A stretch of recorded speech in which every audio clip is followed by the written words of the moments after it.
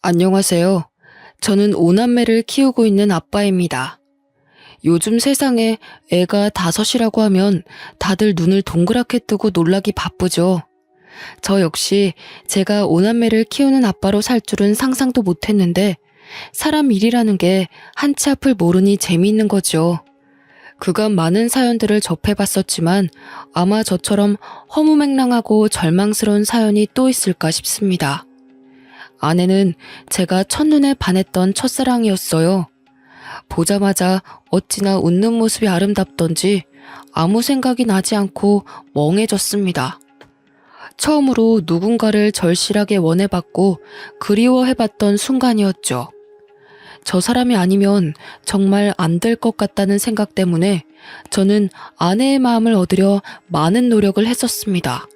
그런 제 마음이 아내에게도 닿은 건지 간절한 제 마음을 받아줘 저희는 소중한 연인이 되었어요.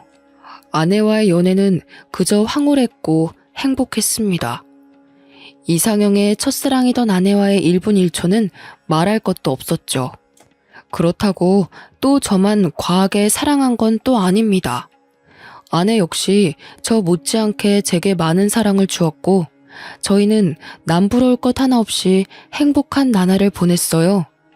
서로가 사회에서 성장해 나가는 모습들을 가장 가까이에서 지켜보며 응원을 해주며 사랑을 키워갔습니다. 긴 시간을 함께하던 끝에 저희는 결혼을 했고 첫사랑과의 결혼이라는 타이틀에 많은 이들의 부러움을 사게 되었죠.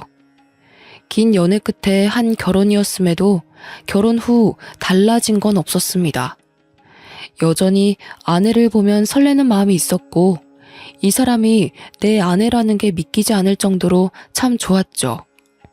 이렇다 보니 저희 부부는 사이가 정말 좋았고 동네에서도 지인들 사이에서도 유명한 인고 부부였습니다.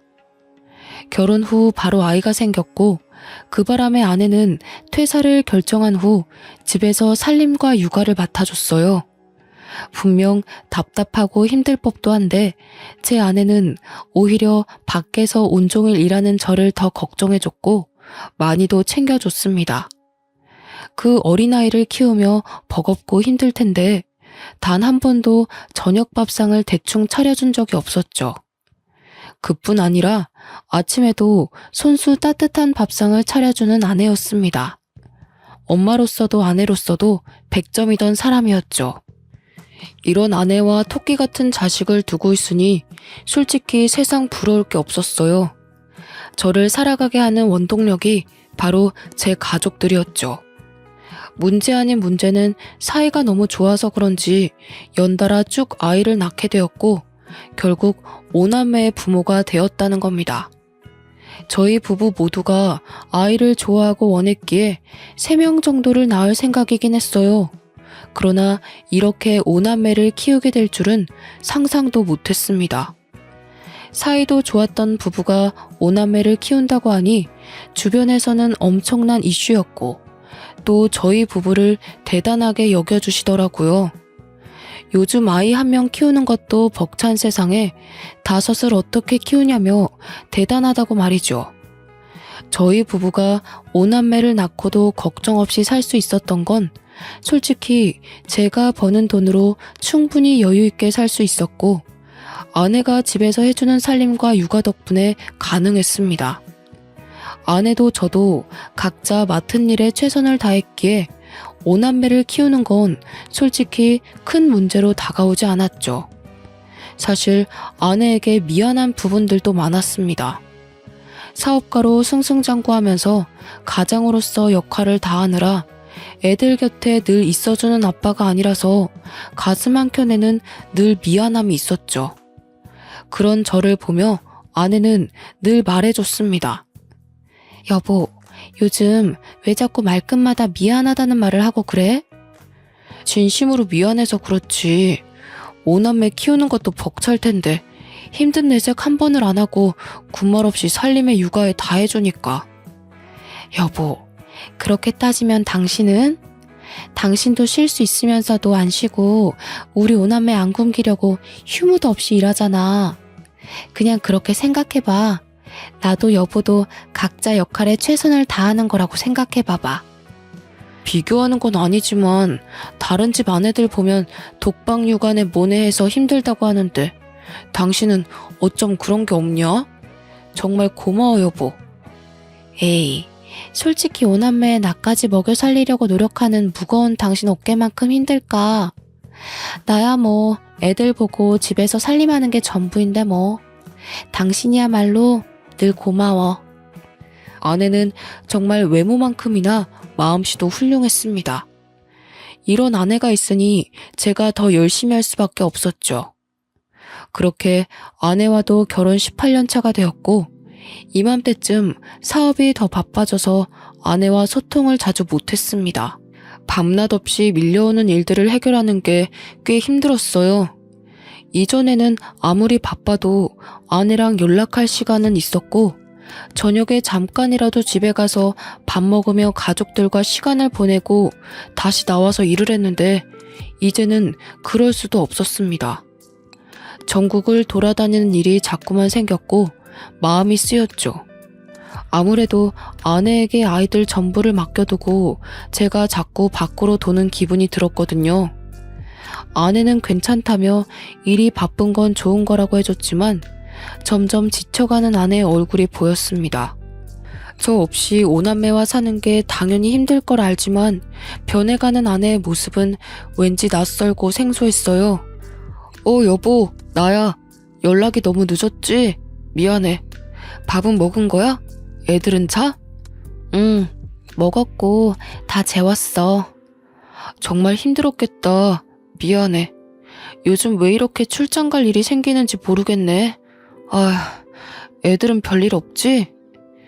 내가 다 보고 있는데 별일 있을 게 뭐가 있어, 새삼스럽게. 뭘 그런 걸 물어보고 그래. 왜, 내가 애들 제대로 안 볼 것 같아? 아니야 여보, 그런 뜻이 아니야. 당신 오늘 너무 힘들었구나.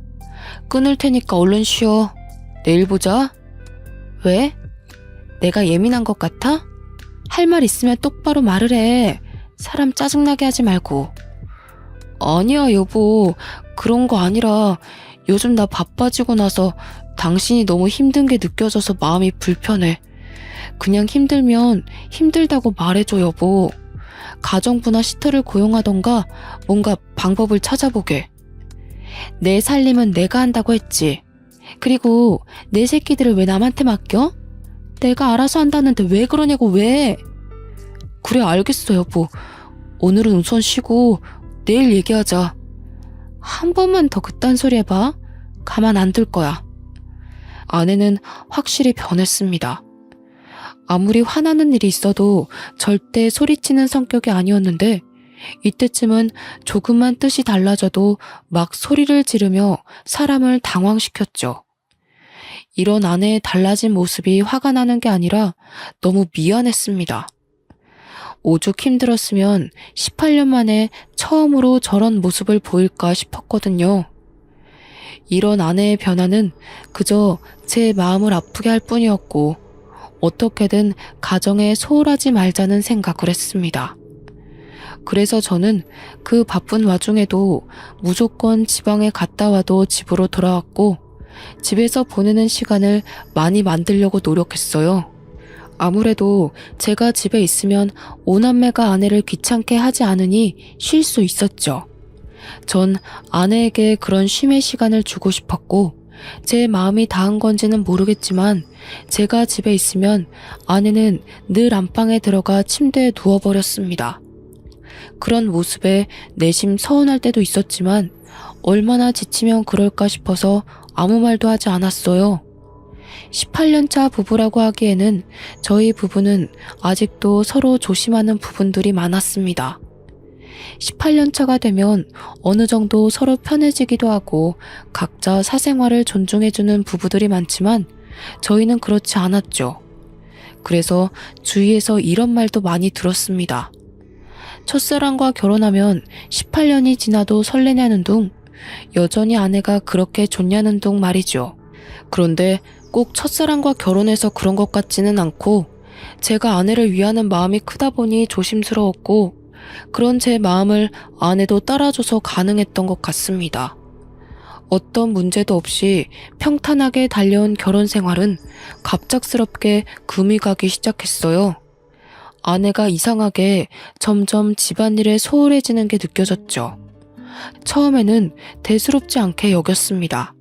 그러나 상황은 정말 심각했어요. 하루는 일을 하고 있는데 애들 학원에서 전화가 온 겁니다. 아, 네. 여보세요? 유니, 미니 아버님 맞으시죠? 네, 맞는데 누구시죠? 아, 네, 아버님. 여기 유니미니 학원인데 어머님이 오늘 픽업을 안 오셔서요. 쌍둥이들 집으로 데려다 주면 되는 걸까요? 네? 애들 엄마가 픽업을 안 갔나요? 우선 제가 20분 내로 애들 데리러 갈 테니 잠시만 부탁드릴게요. 죄송합니다.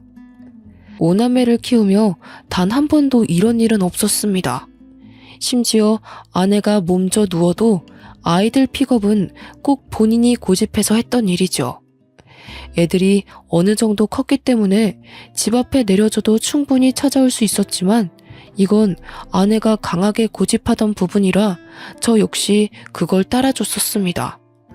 그런 아내가 셋째, 넷째 쌍둥이들 픽업을 안 갔다고 하니 놀라웠어요. 저는 급하게 애들 학원으로 가며 아내에게 수차례 전화를 했습니다. 5통째가 되니 그때서야 아내가 전화를 받았죠. 여보, 무슨 일 있는 거야? 지금 어디야? 둥이들 학원에서 전화 왔더라고. 그래서 급하게 내가 픽업 가고 있어 지금. 아, 그럼 해결됐잖아. 왜 전화를 그렇게까지 해? 당신 의처증 있어? 뭐? 뭐라고 한 거야 지금? 의처증이라니. 당신이 한 번도 이런 적이 없는데 전화도 안 받으니 놀랄 수밖에 없잖아. 내가 애야? 애도 아닌데 뭘 그렇게 걱정을 하는데. 나한테 집착 좀 하지 마. 숨 막혀 죽겠으니까. 당신 정말 말을 그렇게밖에 못해? 어떻게 그럴 수 있어? 그 짧은 시간 동안 내가 얼마나 걱정했는 줄 알아? 알겠다고. 근데 가고 있다며. 근데 어쩌라고. 뭐? 당신 정말 요즘 왜 그래? 힘든 게 있으면 말을 하라고 했잖아. 당신이 말하면 내가 안 들어주는 것도 아닌데 왜 자꾸 삐딱하게 나오는 거야? 아, 됐어. 그냥 나도 좀 놀고 싶고 쉬고 싶어서 그래. 됐니? 그냥 냅둬. 내가 알아서 할 테니까. 그런 무책임한 소리가 어디 있어. 당신이 놀고 싶고 쉬고 싶으면 애들 케어를 누가 해? 그러니까 내가 애들 시터 고용해서 맡기자고 했는데 그것도 싫다며. 그래놓고 애들 내팽개치고 놀고 싶다는 말이 나와? 더 할 말 없으니 그만 좀 떽떽거려. 짜증나 죽겠네. 이날은 결혼 생활 중 가장 잊을 수 없는 날로 기억되었습니다. 한 번도 못 본 아내의 여러 모습을 봤던 날이었죠. 급한 대로 애들을 픽업해 집으로 간 후 저는 생각이 많아졌습니다. 그제서야 바빠서 제대로 직면하지 못했던 집안 꼴이 보였어요. 늘 아이들 먹거리와 간식거리, 그리고 밑반찬으로 가득 차 있던 냉장고는 텅텅 비다 못해 음료수와 인스턴트로만 가득 차 있더군요. 그뿐 아니라 집안 상태는 엉망이었고 설거지는 가득했습니다. 그걸 하나하나 치우며 가까이에서 보니 집안 상태는 최악이었어요. 여기서 제가 충격을 받은 건 아이들끼리 하는 대화를 듣고였습니다. 첫째와 둘째는 고등학생, 중학생이라서 본인들 의견을 확실하게 말하고 표현할 수 있는 나이였죠. 야, 최솔, 너 어제 엄마랑 이야기해봤어? 아니, 해보려고 했는데 엄마가 집에 안 왔잖아. 오빠, 그냥 내 생각에는 아빠한테 말하는 게 좋을 것 같아. 솔직히 지금 이 상황을 좀 봐봐. 이건 아니잖아. 나도 아빠한테 말하고 싶은데 엄마랑 아빠 대판 싸울까봐 그렇지. 아, 모르겠다. 진짜 엄마 요즘 왜 그럴까? 내가 친구한테 말했는데 자기네 엄마랑 아빠도 이러다가 이혼했대. 엄마가 바람핀 거 걸려서. 야, 최솔, 말 함부로 하지 마. 네 친구네 집이랑 우리 집이랑 같아? 엄마는 그냥 잠깐 방황하시는 거겠지. 엄마가 그럴 사람이냐? 아니, 솔직히 난 이상한 게 한두 가지가 아니야. 오빠는 남자라서 잘 모르겠지만 뭔가 동생들도 다 뭔가 아니야, 됐다. 첫째와 둘째의 대화는 머리를 한 대 얻어맞은 것처럼 충격적으로 다가왔습니다. 순간적으로 애들 방문을 확 열고 들어가 무슨 말이냐고 물어볼까 싶었지만 전 그러지 않았어요. 제 머릿속이 너무 복잡해서 이것들을 정리할 시간이 필요했죠. 생각해보니 아내는 단 한 번도 본인 입장을 내세워 본 적이 없었습니다. 늘 제가 원하는 대로 하려고 했고 아이들이 원하는 대로 살았던 사람이었죠. 그런 사람이 갑자기 이렇게 돌변한 건 단순한 이유는 아니겠다 싶었고 전 생각에 잠겨버렸습니다. 어쩌면 아내가 저에 대한 마음이 식어버려 더는 결혼 생활을 유지하고 싶지 않을 수 있겠다는 극한의 상황까지 가버렸죠. 하지만 멍청하게도 저는 아내에 대한 마음이 변한 게 하나 없었고 아내가 저렇게 된 게 전부 제 탓 같았습니다. 마음이 아프고 머릿속이 혼란스러웠어도 저는 오남매의 아빠이니 일을 해야 했습니다. 복잡한 심경은 잠시 뒤로 하고 다시 일에 집중하며 살았어요. 여전히 아내는 밖으로 돌았고 첫째와 둘째가 막내까지 돌보고 있다는 사실을 알게 되었습니다. 결국 아내의 의견을 듣지 않고 가사 도우미와 베이비시터를 고용해 아이들을 맡겼죠. 아내에게 대체 왜 그러냐고 따져 묻고 싶어도 너무 바빠서 그럴 시간도 없었고 아내랑 마주할 시간도 없었어요. 분명 아내도 베이비시터와 가사 도우미를 고용한 걸 알 텐데 제게 아무 말도 하지 않는 걸 보고 절망했습니다. 이제 정말 걷잡을 수 없을 정도로 아내와 멀어진 기분이 들었죠. 조금만 지나면 제가 숨 쉴 틈이 생기니 그때가 되면 아내에게 대체 왜 그러냐고 물어보려던 참이었어요. 그러던 어느 날 첫째에게 연락 한 통을 받았고 모든 게 무너지는 기분이었습니다. 다급하게 통곡을 하며 전화가 왔고 그 전화 내용은 셋째가 교통사고가 났다는 연락이었죠. 놀란 마음에 엄마는 어디 있는지 물어볼 새도 없이 전 곧장 병원 응급실로 향했습니다. 그렇게 도착해보니 첫째와 둘째가 울며 의식 없는 셋째 곁을 지키고 있었고 병원 관계자들은 저를 보며 보호자가 맞냐고 묻는데 정말 하늘이 무너지는 기분이었어요. 셋째가 사고가 났는데 보호자인 애엄마가 연락 두절이라 애들이 이러지도 저러지도 못했더라고요. 제게도 물론 전화를 했으나 전 회의 중이라 아예 받지도 못했습니다. 그 긴 시간 동안 애들끼리 얼마나 무섭고 불안했을지 또 셋째는 얼마나 아팠을지 생각하면 가슴이 찢어지는 기분이었죠. 정신이 없었지만 차근차근 해결해 나가려 정신을 딱 붙잡았습니다. 그런데 또 충격적인 얘기를 들어야 했어요. 보호자분, 환자분과 보호자분 수혈 적합검사를 실시해보았는데 수혈 자체가 불가능하세요. 지금 환자분 혈액 수치가 너무 떨어져서 B형의 혈액을 구해서 응급수혈 해야 되거든요. 여기 보호자가 수혈 동의서 작성해 주셔야 되세요. 네? 왜 수혈 검사가 안 되는 거죠? 아니 B형이요? 제가 윤이랑 혈액형이 같은데 무슨 말씀이세요? 윤이 A형 아닌가요? 네? 아니에요. 방금 검사실에서 연락받았는데 최윤님 B형이라고 확인받았습니다. 혹시 A형으로 알고 계셨어요? 일단 수치가 계속 떨어지니 서명 좀 바로 부탁드려요. 저는 정말 당황스러웠습니다. 우리 셋째가 B형이라니 저랑 아내는 모두 A형인데 어떻게 B형이 나올 수 있겠습니까? 그제서야 셋째가 저와 닮은 구석이 없는 게 눈에 보이더라고요. 그러나 아내는 닮은 구석이 있기도 했고 오남매가 각자 다르게 생겼으니 그럴 수 있겠지 생각하며 살았습니다. 외적으로는 닮은 게 없었지만 살다 보니 뭔가 저랑 비슷한 구석들이 보였거든요. 아니 더 정확하게는 애초에 친자가 아닐 거라는 의심을 해본 적이 없었죠. 셋째와 저의 유전자 검사를 진행하는 과정에서 혹시나 하는 마음에 오남매 전부 친자 검사를 실시했습니다. 사실 두려웠어요. 이미 셋째는 제 친자가 아닌 걸 알게 되었고 셋째가 쌍둥이니까 넷째도 친자가 아니라는 소리였죠. 그런데 혹시라도 오남매 중 한 명도 내 핏줄이 없다면 이 상황을 어떻게 헤쳐나가야 할지 모르겠더라고요. 그리고 대체 아내가 왜 이런 짓을 한 건지 납득할 수 없었습니다. 떨리고 두려운 마음으로 오남매의 친자 검사를 모두 했고 믿고 싶지 않은 결과를 확인하고 손이 떨리기 시작했습니다. 어떻게 5아이 모두가 친자가 아니라는 결과가 나올 수 있을까요? 저는 아직도 믿기지 않습니다. 결과가 확실하냐고 몇 번이나 되물었죠. 참 믿기지 않았던 게 저희 부부는 사이도 좋았고 자연 임신을 수도 없이 시도를 했습니다.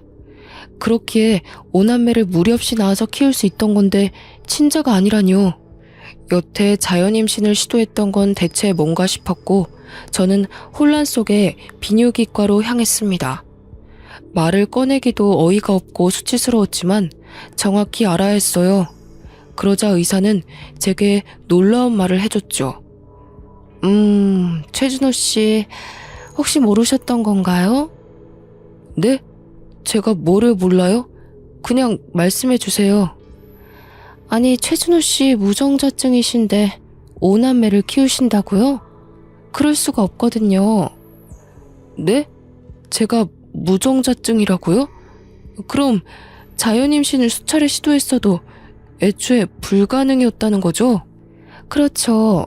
무정자증이셔서 애초에 아이를 갖는 건 무리신데. 아무래도 아이들 친자 검사를 해보는 게 좋으시겠네요. 말을 하면서도 제 마음이 무겁네요. 놀랍게도 저는 아이를 가질 수 없는 무정자증이었습니다. 애초에 자연임신을 그렇게 시도했어도 불가능했던 거였죠. 의사의 말을 듣고 나니 모든 퍼즐들이 하나씩 맞춰지기 시작했습니다. 동시에 아내에 대한 증오스러운 마음이 점점 커지기 시작했고 왜 제게 이런 일까지 벌였는지 이유가 알고 싶었어요. 아내를 만나러 가기 전 생각을 정리할 시간이 필요했습니다. 그래서 부부 상담사로 일하고 있는 친한 지인을 찾아가서 그간 있던 일들을 모두 실토했죠. 나 무정자증이래. 그리고 우리 5남매 전부 내 친자가 아니라더라. 이번에 셋째 교통사고 나서 수혈을 해야 했거든.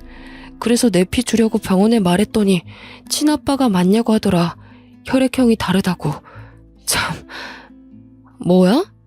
너 이거 사실이야? 친자 검사를 해본 거야? 5명 전부 해봤더니 5남매 전부 내 친자가 아니래. 나는 지금 이것도 충격이지만 대체 그 사람이 왜 나한테 그랬는지 너무 알고 싶어. 나는 몰랐어도 본인은 알았을 거 아니야. 그런데 어떻게 18년을 감쪽같이 속이고 살았을까? 이건 보통 일이 아닌데? 너 괜찮냐? 하도 어이가 없고 충격적이라서 눈물도 안 나온다. 그냥 집사람이랑 대면을 해야 하는데 그 입에서 무슨 말이 나올까 무서워. 나랑 결혼 생활을 하는 내내 외도를 했다는 거잖아. 맞지? 준호야, 내 말 잘 들어.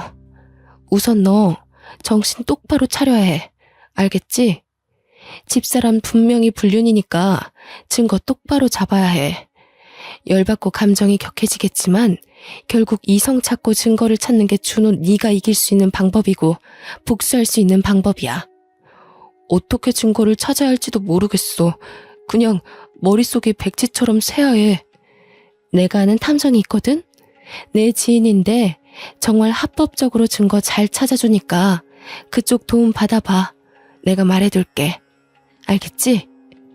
혼란스러워 아무 생각도 할 수 없었던 저였지만 지인의 도움으로 조금씩 자리를 잡아가게 되었습니다.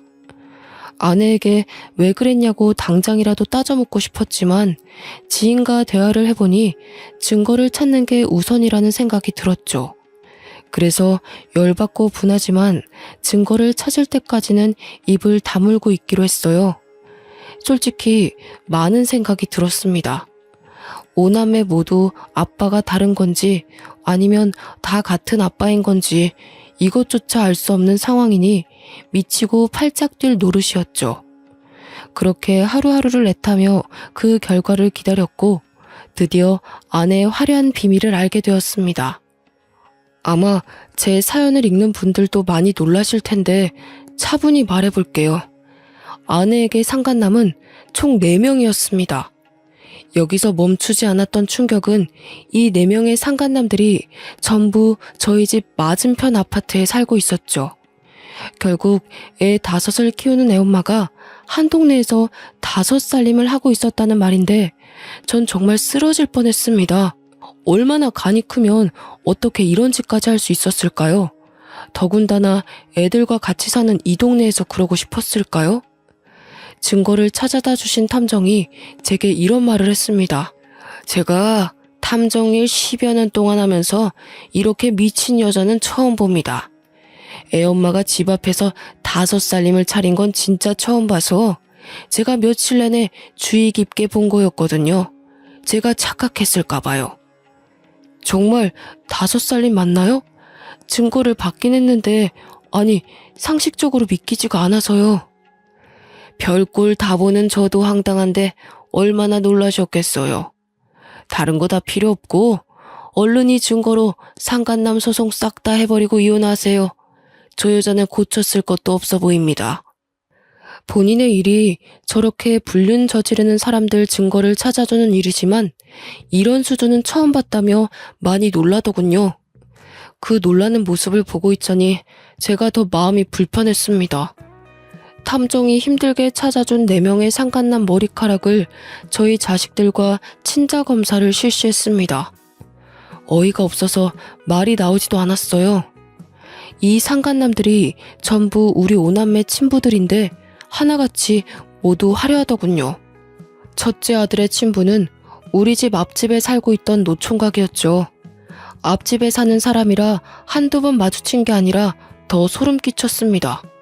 심지어 우리 첫째랑도 마주친 적도 있었고 놀이터에서 노는 저희를 보며 애가 참 잘생겼다고 놀아준 적도 있었어요. 지금 와서 생각해보면 저랑 애만 빼고 둘은 아주 스릴 넘치는 짓거리를 하며 그 더러운 관계를 유지했더라고요. 첫째 친부의 정체를 알고 나자 온몸에 힘이 빠졌지만 아직도 들을 상간남들이 너무 많이 남아서 멍하니 들었습니다. 둘째 딸아이는 우리 집 윗윗집에 살고 있는 60대 유부남이라고 하더군요. 이 집은 제가 또 잘 알아서 눈물이 날 것 같았습니다. 60대 부부가 참 열정이 넘쳤고 자주 마주치게 되어 저희 집에서도 그 집에서도 함께 술자리를 자주 가졌었죠. 제가 형님, 형수님 하며 깍듯하게 대했고 서로 참 잘 지냈는데 어떻게 이런 일이 생길 수 있는 건지 모르겠더라고요. 심지어 아내가 둘째 임신했을 때 그 형님과 형수님이 저 대신 아내를 잘 챙겨주셔서 비싼 선물도 자주 해드렸었습니다. 그런데 지금 와서 보니 형님은 지혜를 임신한 아내를 챙겼던 거였죠. 저와 형수님을 제대로 기만한 거였습니다. 세상에 믿을 사람 하나도 없다지만 어떻게 이런 일이 있을 수 있을까요? 저는 둘째 친부의 정체를 듣고 참았던 눈물이 쏟아졌고 멘탈이 무너졌습니다. 더는 버틸 수 없었고 듣고 싶지도 않았죠. 그러나 너무 야속하게도 들어야 했고 알아야 했습니다. 셋째, 넷째, 우리 쌍둥이들 친부는 맞은편 아파트에 살고 있는 20대 건장한 청년인데 아마 눈마저 어떻게 불륜을 저지르다 애가 생긴 것 같았습니다. 그러다 관계가 유지가 되었던 것 같았죠. 이쯤 되니 아내의 능력에 무한한 박수라도 쳐주고 싶더군요. 마지막 우리 막내 친부는 아파트 헬스장에서 만난 30대의 몸 좋은 트레이너였는데 이건 제가 이어준 사이 같아서 절망했네요. 아내가 체력적으로 많이 힘들어하고 애들 보느라 답답해하는 게 마음이 불편해서 아파트 상가에 있는 헬스장이라도 가라고 돈까지 쥐어줬거든요. 가기 싫다는 아내에게 꼭 가서 운동하라며 다그쳤죠. 아내가 우울증이 올까봐 어디라도 나가서 조금 움직였으면 하는 마음이었는데 거기서 트레이너랑 눈이 맞아 막내가 태어날 줄은 몰랐죠. 노총각의 60대 유부남의 20대 청년의 30대 트레이너까지. 한 동네에서 이렇게 바람을 피는 것도 아주 대단하다 싶었습니다. 능력이 아주 좋은 거겠죠? 저는 자리를 깔아줘도 못할 것 같았거든요. 눈이 확 뒤집혔고 충격을 너무 많이 받아서 말도 제대로 못하고 있었는데 아내가 집으로 왔습니다. 한동안 외박도 말없이 하고 집안일은 아예 손을 떼버렸고 애들도 제대로 보지 않았죠. 아내가 오면 다툴 게 뻔했고 이 놀라운 사실을 애들이 듣기는 원치 않았습니다. 혹시 몰라 이웃집에 나눠서 애들을 맡겨뒀고 불 꺼진 집에 조용히 앉아있으니 아내가 놀라서 먼저 말을 하더군요. 아, 깜짝아. 뭐야, 집에 있으면서 인기척도 안 내고 불은 왜 다 끄고 있어? 애들은 이게 뭐냐? 당신 눈으로 직접 봐봐. 아주 재밌던데? 뭐야? 당신 나 미행이라도 한 거야? 어떻게 이 사진들이 다... 내가 시간이 남아 돌아? 이딴 더러운 짓 하는 아내 미행이나 하고 다니게? 너 정말 화려하더라. 너무 더러워서 말도 못 꺼내겠다. 노총각의 60대 유부남의 20대 남자의 30대 트레이너까지. 당신 대단하더라. 여보, 그게 내가 다 설명할 테니까 기회를 줘. 응? 무슨 설명이 필요해. 애 5을 낳은 엄마가 한 동네에서 5살림을 하고 있었는데. 안 그래? 나 하나만 좀 물어보자. 나한테 대체 왜 그런 거냐? 내가 당신을 좋아해주니까 만만했어? 난 좀 머저리 같으니까 남편으로 두고 당신은 욕구 풀고 다닌 거야? 여보, 정말 그런 거 아니야. 웃기지 마. 뭐가 아닌데 대체. 애가 5인데 내 친자식이 한 명도 없다는 걸 어떻게 받아들일까? 어? 너는 내가 가만 안 둘 거야. 날 기만한 죄도 있지만 5남매들 인생도 꼬이게 한 죄값 내가 받게 해줄 거라고. 애들이 당신 실체를 알아봐. 얼마나 충격 먹겠냐? 어? 나도 애들이 누구 애인지 몰랐다고. 한두 명이어야 나도 계산하지. 한 명도 당신 친자가 없는 건 나도 몰랐다고. 아, 물론 섞인 건 알았지만 진짜 몰랐다고 나도. 미친 소리 하고 있네. 당신이 사람이냐? 짐승이지. 입이라도 다물고 있어. 추하다 당신. 아내와 대화를 했지만 역시 말 같지도 않은 소리를 하며 저를 더 열받게 했습니다. 애들 아빠가 섞인 건 알았지만 누가 누구 아이인 줄 몰랐다는 말을 듣고 충격을 받을 수밖에 없었죠. 거기다가 친자가 하나도 없을 줄 몰랐다는 말에 전 기함을 토했습니다. 더는 아내를 상대하고 싶지도 않았고 저는 정신을 바짝 차리고 아내에게 복수를 했어요.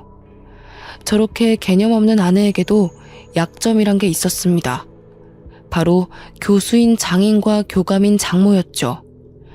워낙에 엄격하신 분들이라 이 사실을 알면 제가 뭘 하지 않아도 난리가 날 걸 알고 있었고 그걸 노렸어요. 장인 장모님께 드릴 말씀이 있어서요.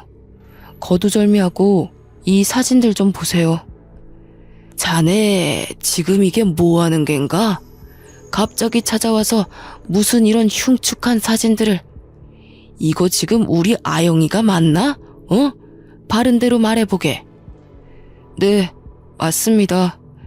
저희 동네에서 5살림을 하고 있었더라고요. 우리 첫째 아빠는 앞집 총각이고 둘째 아빠는 윗윗집 60대 유부남입니다. 그리고 둥이들 아빠는 맞은편 아파트 20대 남자고 막내는 아파트 헬스장 30대 트레이너예요. 한마디로 제 자식은 하나도 없다는 말입니다. 뭐야? 이게 사실인가 자네? 네, 사실이죠. 곧 그 사람도 올 겁니다. 제가 미리 선수 쳐서 온 거예요. 제가 이걸 보여주니 미안하다고 비는 것도 아니라 뭐라는 줄 아세요? 애들이 섞여 있는 줄은 알았지만 누가 누구애인지는 몰랐다고 하던데요. 심지어 제 친자식이 아예 없을 줄은 몰랐다고 변명까지 했습니다. 이런 망할 것 같으니라고. 당신 뭐해? 당장 전화해서 집으로 튀어오라고 해. 안 그래도 전화 중이에요. 모든 얘기를 듣고 증거들을 본 장인 장모는 난리도 아니셨죠. 교육자 집안에 이런 오점은 있을 수 없다며 아내를 호적에서 파내고 쫓아냈습니다. 아내가 와서 빌고 또 빌었지만 어느 정도 수준이 돼야 용서도 해주는 것이라며 이 정도 수준은 용서조차 구하는 것이 잘못이라고 하셨죠. 역시 제가 본 장인 장모님답게 팔이 안으로 굽지 않고 현명하게 대처를 해주셨어요. 장인 장모의 돈이 없으면 갯불도 없는 아내이기에 아내는 빌고 또 빌어야 했습니다. 그럼에도 불구하고 장인 장모는 아예 아내를 쳐내버렸고 저 역시 법적 대응을 시작했죠. 이 시간이 제게 너무 힘든 시간이었는데 장인 장모가 수없이 찾아와 사죄했습니다. 아내를 잘못 키웠다며 너무 미안하다고, 사위 인생 박살내서 면목이 없다며 참 마음이 아플 정도로 우셨습니다. 아내가 정신을 못 차리니 두 분이 부모인 죄로 대신해서 사죄를 하고 싶다고 하셨죠.